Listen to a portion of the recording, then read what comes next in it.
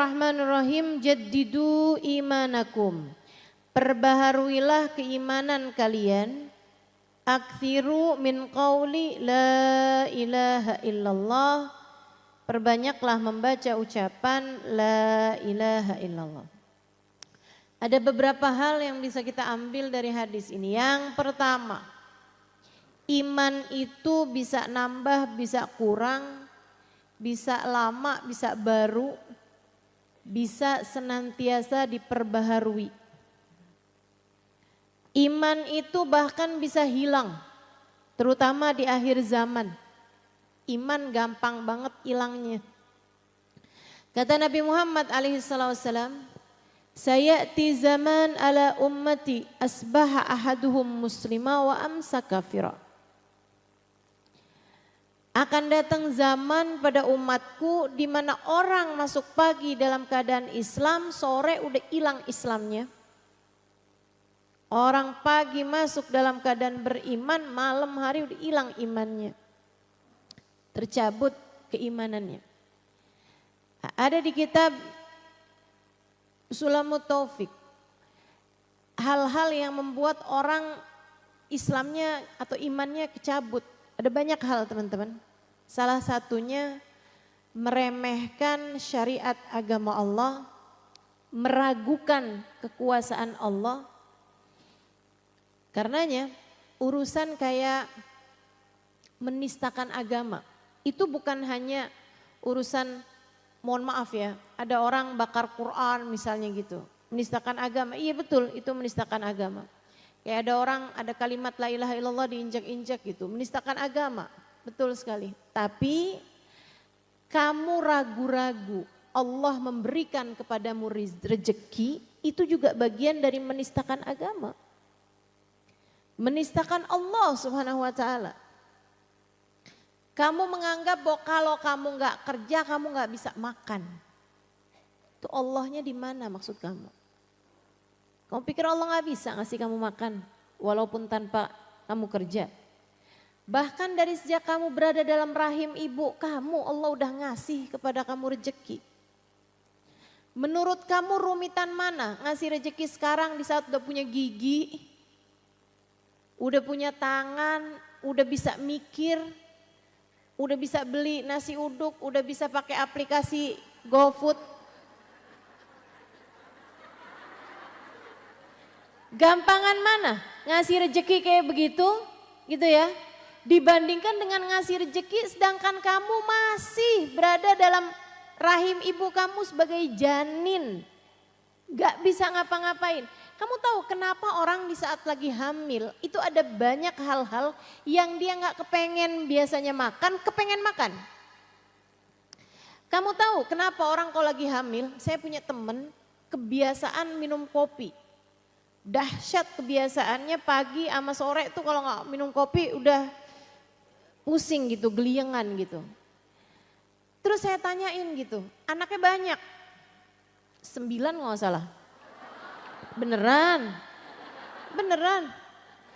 Saya tanya gitu, saya bilang, lah kamu kalau lagi hamil bukannya gak bagus minum kopi? Subhanallah loh Ustazah, saya kalau lagi hamil gak pengen kopi, gak doyan kopi. Dia bilang, kenapa bisa orang kalau lagi hamil itu makanan yang dia gak kepengen mendadak jadi kepengen, makanan yang biasanya dia suka mendadak jadi gak suka. Karena Allah lagi mau ngasih tahu sama ibu hamil bahwa yang lagi aku pengen kasih rezeki bukan cuma kamu, tapi anak dalam kandunganmu. Aku sekarang lagi mau ngasih rezeki bukan kamu. Selain kamu juga anak dalam kandunganmu. Makanya subhanallah, subhanallah. Rezekinya anak tuh, emaknya jadi gak suka kopi. Anaknya lagi kepengen jambu, emaknya jadi pengen jambu. Ya kan begitu tuh. Insya Allah. Luar biasa teman-teman saudaraku sekalian. Allah subhanahu wa ta'ala tuh, beliau Allah satu yang ngasih kepada hambanya rezeki. Dialah satu, sang pemberi rezeki bagi hamba-hambanya. Lah kamu meremehkan pemberiannya Allah gitu, kayak yang wah kalau saya pensiun bagaimana saya bisa makan? Dari sejak kamu belum kerja kamu udah dikasih makan, halo. Saudaraku sekalian yang saya muliakan, kalau saya nggak punya suami, kalau suami saya meninggalkan saya, gimana saya bisa membiayai hidup saya?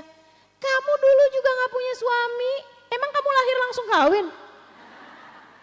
Kan enggak. Dulu-dulu juga kamu nggak punya suami, hidup apa nggak hidup? Hidup. Harus selalu diingat, yang ngasih rezeki itu bukan suami, bukan orang tua, bukan sesiapa, tapi Allah Subhanahu wa Ta'ala. Kamu ragu-ragu terhadap makan siang, makan malam, besok makan apa, lusa makan apa. Kamu belingsatan pikiran, anak nanti makannya gimana, ini nanti makannya gimana, apa segala macam urusan-urusan rezeki nih teman-teman. Yang sampai membuat kadang-kadang orang mau-maunya sampai nyari sesuatu yang haram untuk urusan rezekinya. Ini merupakan salah satu dari kamu ngurangin kekuasaan Allah Subhanahu wa Ta'ala, meragukan kekuasaan Allah Subhanahu wa Ta'ala jalla jalaluhu wa ta'ala azamatuh. Hati-hati, hal-hal yang kayak beginian nih, yang bikin Allah kesel gitu sama hambanya. Kata Allah, lah aku yang ngasih rezeki loh. Segitunya dia nganggep suaminya, segitunya dia nganggep pekerjaannya, segitunya dia ngejilatin bosnya. Sampai jilat atasan, nyikut bawahan, kan begitu tuh. Padahal aku yang selama ini ngasih rezeki, kata Allah Subhanahu wa Ta'ala. Cabut aja deh imannya, dia nggak beriman nih sama aku nih. Gitu. Banyak terjadi saudaraku sekalian. Khaufuhum min ghadahum wa asyahum yuhawwiluhum an jihatil kiblah. Katanya Sayyidina Hasan Al-Basri ketika diceritakan tentang banyaknya umat Islam yang mati nggak bawa iman, beliau menyatakan penyebabnya seperti dituliskan Imam Ghazali dalam kitab Minhajul Abidin, khaufuhum min ghadahum wa asyahum yuhawwiluhum an jihatil kiblah. Rasa takut mereka ntar makan siang apaan, ntar makan malam apaan, itu yang mencegah mereka dari mati membawa iman. Berhati-hatilah. Saya yakin nih yang ngaji nih sholat semuanya. Yakin saya. Saya yakin. Yang saya yakinkan juga yang ngaji pada pakai jilbab semuanya. Ya kan pada pakai jilbab nutup aurat ya kan. Saya yakinkan itu. Akan tetapi masalahnya iman tuh bukan pakaian. Iman bukan gerakan. Iman sesuatu yang ada di dalam hatimu. Iman sesuatu yang ada di dalam hatimu teman-teman. Bisa nambah, bisa ngurang, bisa datang, bahkan bisa hilang. Makanya nih, kita nih mesti bener, harus banget mempertahankan keimanan-keimanan kita, memupuki keimanan-keimanan kita biar kuat dari akarnya. Ini yang diperintahkan baginda kita Nabi besar Muhammad. Salah satu penyebab terangkatnya iman, saudaraku sekalian, yang banyak juga meremehkan syariat agama Allah, menganggap ada ajaran lain yang lebih bagus. Hati-hati. Kamu ngelihat orang yang pakaiannya terbuka-terbuka lagi pada jemuran di tepi pantai. Terus kamu mikir, enak ya jadi dia ya. Kayak gak keribetan menjilbab gitu. Kayak mau fashion apaan aja oke gitu. Enak ya. Kalau saya gak Islam saya kayak gitu tuh. Kamu menganggapnya sebagai sesuatu hal yang bagus gitu, hati-hati teman-teman. Itu tuh kayak orang yang gak mensyukuri nikmatnya Islam, dan itu hal yang banyak membuat Allah Subhanahu wa Ta'ala kemudian mencabut iman dalam diri seseorang.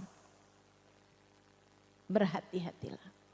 Ingat cerita yang pernah disampaikan guru saya, Babah Nur, dan juga saya berulang-ulang menceritakan ini, cuman mak-mak kan. Paham saya, yang mana dia nih? Ceritanya gitu. Enak ngajarin mama tuh, saya ngajar dari 20 tahun yang lalu. Tiap kali ngaji kalau saya mau cerita apaan aja bisa. Karena dulu nggak tahu, sesudahnya kemudian lupa. Jadi kapan aja cerita boleh. Dulu nggak tahu, sekarang lupa ya. Jadi ada dulu orang India, ini orang India nih. Tinggal di lingkungan orang-orang Hindu, seorang perempuan. Tapi dia akhirnya entah kenapa ceritanya dia masuk Islam. Ya, dia masuk Islam tapi menyembunyikan keislamannya rapat-rapat. Dia diem, nggak ngasih tahu Islamnya karena lingkungan semua orangnya Hindu semua gitu. Dia kayak ngerasa nggak cukup, ya akan ada hal yang sangat buruk terjadi padanya kalau dia menyatakan keislamannya.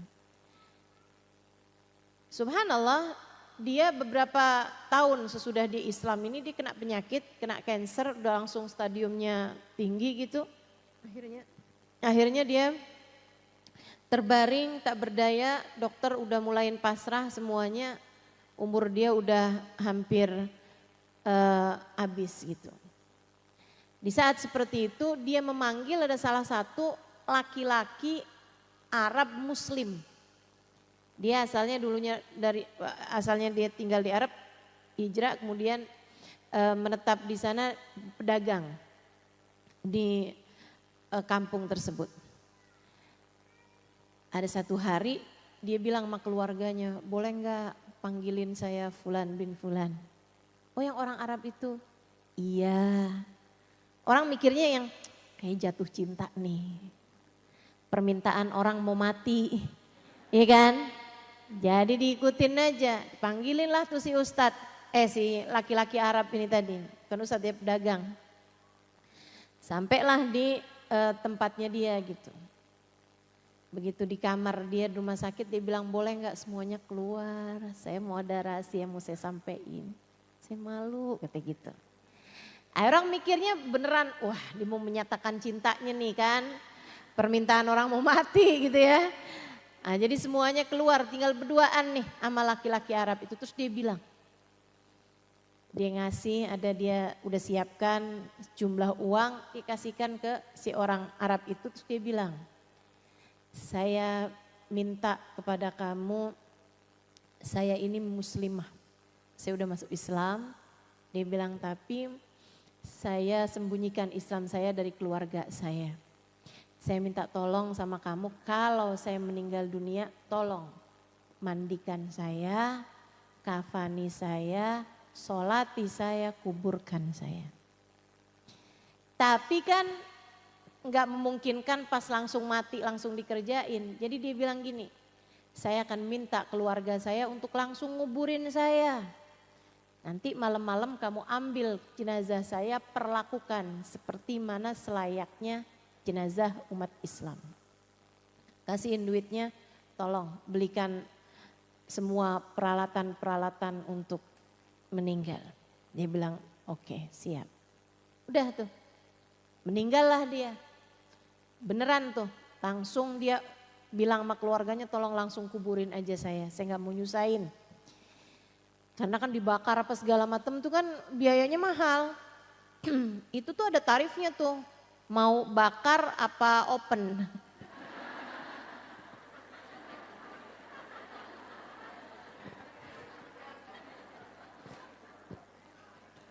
Mau bakar apa panggang ya. Masya Allah. Dikirain bercanda padahal saya serius loh.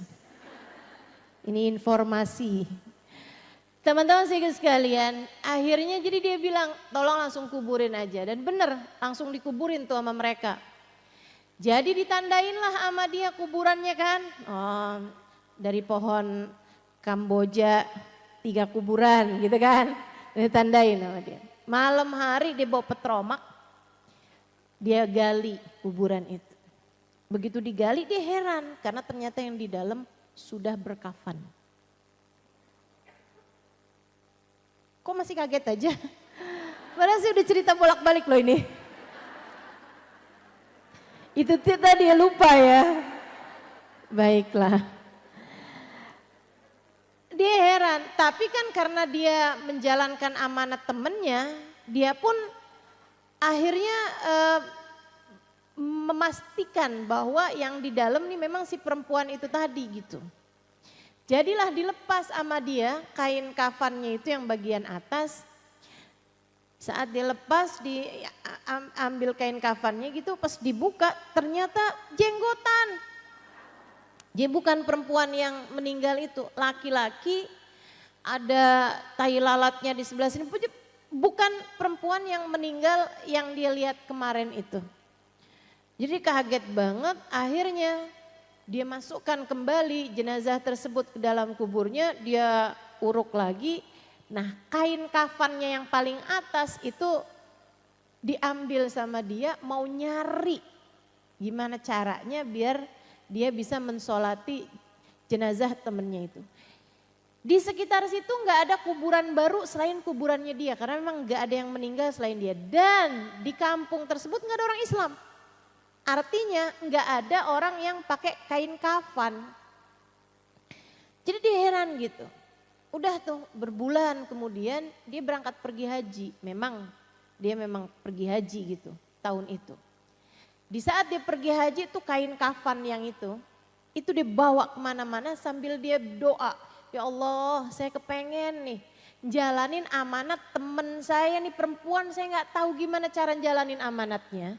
Dia dikuburnya di mana saya nggak tahu gitu kan. Mendadak hilang dari kuburannya ganti orang tuh kan gimana ceritanya gitu. Satu hari saat dia lagi di masjid Haram dan dia kemana-mana memang bawa tuh kain kafan itu mana-mana. Ntar kalau dia tawaf dia taruhin sama dia di pundaknya kayak gitulah. Ada orang habis selesai dia sholat nyamperin dia gitu. Dia bilang, Pak boleh saya tanya itu kain apa yang Bapak bawa? Saya liatin Bapak bawa kemana-mana. Dia bilang iya nih ini kain kafan. Kain kafan nih Pak. Sama persis ya sama yang dipakai bapak saya ketika meninggal. Wah ini jangan-jangan jawaban nih dari doanya dia selama ini. Karena kan minta biar bisa jalanin amanah kan. Akhirnya dia bilang kain kafan ini Pak nggak umum dipakai orang.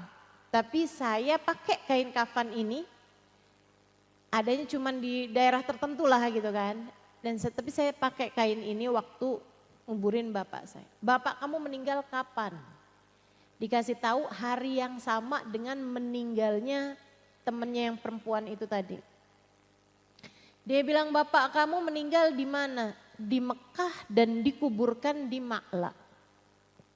Di Hajun, dekat kuburannya Sayyidah Khadijah bintu Khuwailid, istri baginda kita Nabi besar Muhammad. Di Ma'la sana tuh di Hajun. Akhirnya dia bilang, bapak kamu kayak apaan orangnya? Begini, kok mirip sama yang dia lihat. Ada tai lalatnya ya di sebelah sini, kok bapak tahu? Jangan-jangan ya, kenapa gitu Pak? Diceritakanlah ceritanya amanat perempuan yang di India sana itu. Dia bilang, wah kalau gitu saya penasaran juga Pak, yuk Pak. Kita gali kubur bapak saya. Berdua sama beberapa orang, mereka pun kemudian pergi ke sana ke kuburannya si bapak itu.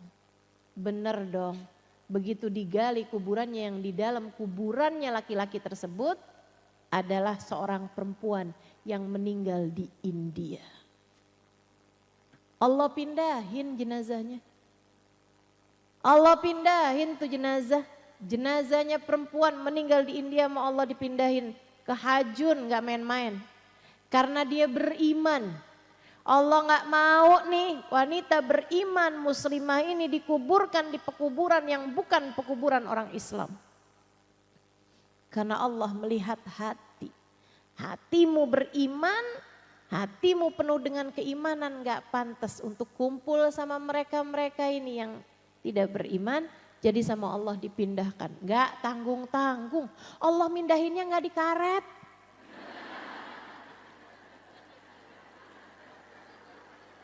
Allah mindahin gak di jeruk purut teman-teman. Allah pindahinnya langsung di Ma'la, di Hajun. Dekat perempuan nomor 1, Sayyidah Khadijah bintu Khuwailid. Istri baginda kita Nabi besar Muhammad sallallahu alaihi wasallam. Wanita yang nomor 1 beriman kepada Allah subhanahu wa ta'ala. Perempuan pertama beriman siapa? Sayyidah Khadijah bintu Khuwailid. Masya Allah, Masya Allah. Jadi begitu digali nih, ternyata kuburan perempuan tersebut girang dong. Yang laki-laki ini tadi, alhamdulillah saya bisa jalanin amanahnya. Kalau nggak bingung nih, rupe nih. Duitnya kan rupe namanya ya. Mau dipakai apa, udah dikasih duit gitu. Jadi akhirnya dia beli kain kafan di Mekah, kemudian dia dimandikan di Masjidil Haram, kemudian dia disolati di Masjidil Haram, kemudian dia dikafankan dengan kain kafan, dimandiinnya pakai air zam-zam. Oh di sana kan mandiinnya pakai air zam-zam. Habis itu kemudian dikuburkan di Ma'la, di pekuburannya Sayyidah Khadijah. Beruntung nih yang perempuan. Iman. Itu hanya akan membuatmu berkumpul dengan yang sama denganmu. Yang kesian yang bapak-bapak itu dong.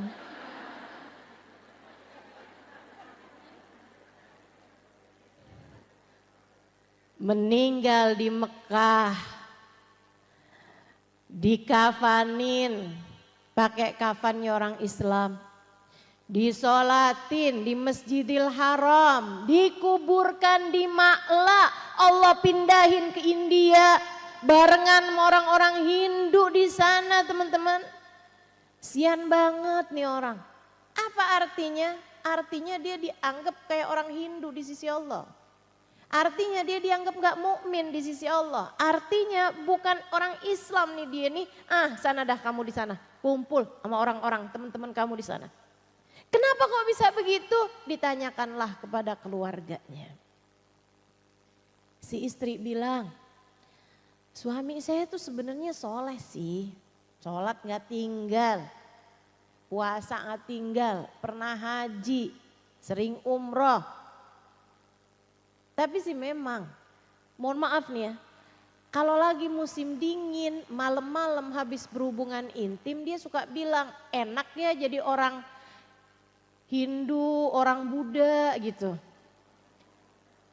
Enak jadi ashabul hunud, jadi orang-orang Hindu-Hindu itu dia bilang, kalau habis hubungan nih gak pakai kedinginan mandi. Kita jadi orang Islam nih ribet nih pakai segala harus mandi, mana dingin lagi. Kayak gitu. Ucapan yang kayaknya dia ngomongnya mungkin kayak bercanda, kayak nggak serius gitu. Tapi itu dia tuh, meremehkan ajaran agama Allah, melihat kayak ada yang lebih menyenangkan dari menjadi umat Islam. Itu hati-hati teman-teman, hati-hati. Kadang-kadang anak-anak remaja kita, kadang emak-emak juga sih ya, bercanda bawa-bawa urusan-urusan kayak begituan tuh. Jangan. Ntar lo masuk neraka, misalnya gitu kan ya. Terus dibilangin gitu, kayaknya gak serem deh masuk neraka, ada banyak tuh artis-artis. Artis-artis Hollywood katanya gitu. Ntar ada Michael Jackson nyanyi, ntar ada ini, suka kayak begituan tuh. Hati-hati teman-teman bercanda yang begituan tuh jangan dah, jangan. Takutnya Allah lihat hati kamu beneran punya rasa kayak begitu, akhirnya Allah cabut. Oh kamu mau masuk neraka aja ya udah dah. Jangan. Mudah-mudahan kamu masuk surga gitu kan, biar ketemu sama fulan bin fulan. Ntar gimana, kalau dia sampai masuk surga gue mendingan keluar lagi. Ada tuh suka ada yang... Saya pernah dengar kayak begitu bercandaan. Hati-hati teman-teman. Ini saya omongin nih bukan karena apa ya. Karena memang mau ngasih tahu. Kadang-kadang kita nih orang-orang awam macam kita nih kalau nggak dikasih contohnya nggak ngeh gitu. Bahwa itu tuh hal yang kadang-kadang suka diucapkan begitu aja gitu. Jangan. Kamu bercanda yang lain aja. Bercanda yang lain aja teman-teman. Ada banyak kan bahan bercandaan. Kamu sendiri ngaca tuh kan udah pengen ketawa. Masya Allah. Itu kita di sini kan ketawa mulu nih. Kita bercanda, tapi kan nggak pakai yang urusan-urusan dosa gitu. Jadi kalau kamu mau bercanda, silahkan bercanda. Akan tetapi jangan bawa-bawa hal-hal yang bisa mendatangkanmu kepada murkanya Allah. Kepada murkanya Allah. Jadi bercanda yang lain aja, nggak usah bawa-bawa urusan agama. Ya, silahkan apapun kamu bercandain, yang penting jangan bercandain urusan agama. Jelas? Sebab iman bisa saja terkeluar dari dalam hatimu ketika kamu tidak melihat Islam, iman sebagai sesuatu hal yang besar, sebagai sesuatu hal yang paling besar. Inna dina indallahil Islam. Sungguhnya agama yang diterima di sisi Allah adalah agama